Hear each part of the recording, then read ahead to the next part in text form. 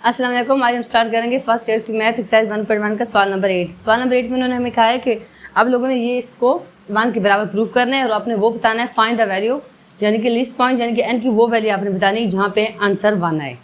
या एन की कम से कम जो वैल्यू लग रही है ना, एन की कहाँ कौन सी कीमत हम एन की लगाएंगे हमारा 1 आंसर आएगा, ये आपने प्रूव करके बताना है। ठीक है, सबसे पहले ये चीज़ हम इस साइड को हल करेंगे, इस साइड को, और 1 हमने आंसर निकालना है।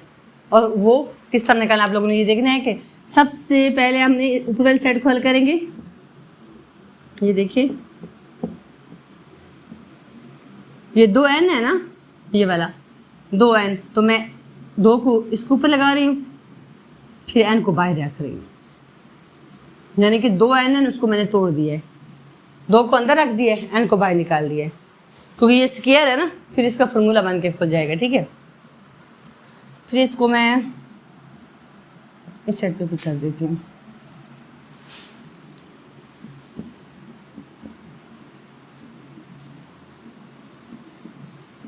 अब इन पे अलग अलग स्केल लगा देती हूँ फार्मूला बनाने के लिए।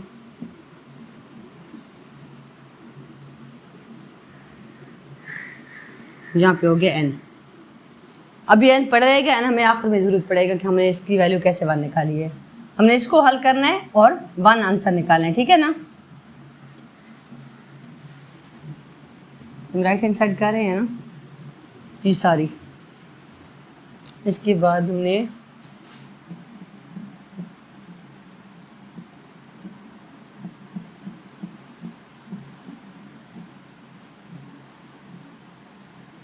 ये नीचे वाला जो स्टेप है मैंने फिलहाल वही लिखा है, मैं इसमें फार्मूला लगाऊंगी। ठीक है, फार्मूला हमने ये वाला यूज़ करना है।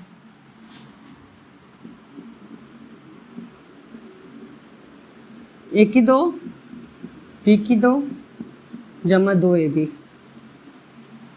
ये 8 क्लास में और 7 क्लास में आपको ये फार्मूला आता होगा, ए की 2 बी की 2 जमा 2ab। ठीक है ना, ये फार्मूला इस साइड पे लगाना है, यानी कि ए की 2 बी की 2 और 2ab।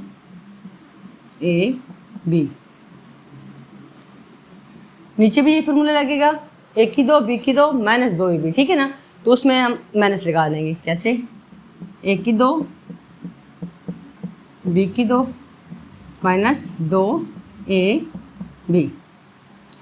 अब ये हो जाएगा 1 का स्क्वायर 1 होता है, एओटा का स्क्वायर एओटा स्क्वायर होता है, इमेजिनरी का स्क्वायर इमेजिनरी स्क्वायर होता है। अब ये 2 1 के साथ मल्टीप्लाई 2 हो गए और एओटा के साथ हो जाएगा 2 एओटा हो जाएगा, ये हो गया।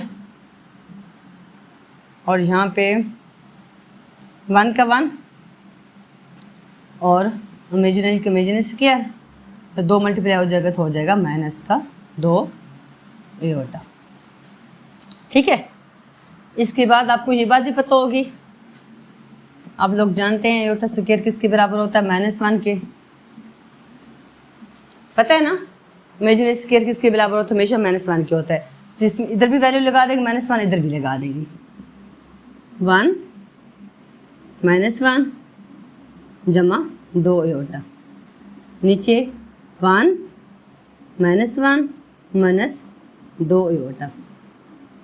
इसकी पावर n है, इसकी पावर भी n थी और इसकी पावर भी सारे की क्या थी? n। ठीक है ना, अब ये देखिए, ये वाला 1 इसके साथ कट जाएगा, ये वाला 1 इसके साथ कट जाएगा, और हमारे पास बचेगा क्या? 2 एओटा और माइनस 2 एओटा। ये चीज़ हमारे पास बच जाएगी, 2 एओटा, 2 में नीचे और ऊपर ये चीज़ बच जाएगी।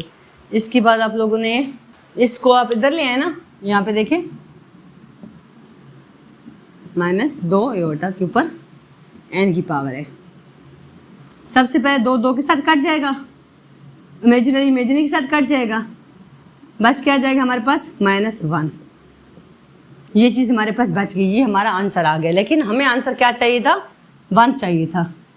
हमें क्या आंसर चाहिए था? 1 चाहिए था। 1 तब आ सकता है जब हम इसके ऊपर -1 के ऊपर जुफ्त लेंगे ना पावर, तो ये चीज़ हो जाती है जमा, जमा का 1 आ जाता है। तो हम कह सकते हैं फॉर n = 2 हमने पुट किया है और तब हमारा आंसर 1 आया। क्या मैंने पुट किया? n को 2 पुट किया है तो हमारा आंसर 1 आया। अगर मैं यहाँ 1 लगाती हूँ ना, तो 1 तो होता है ताक। अगर मैं 3 लगा देती हूँ ना, यहाँ पे 3 लगा देती हूँ तो 3 भी ताक है, तो ये -1 आंसर आएगा।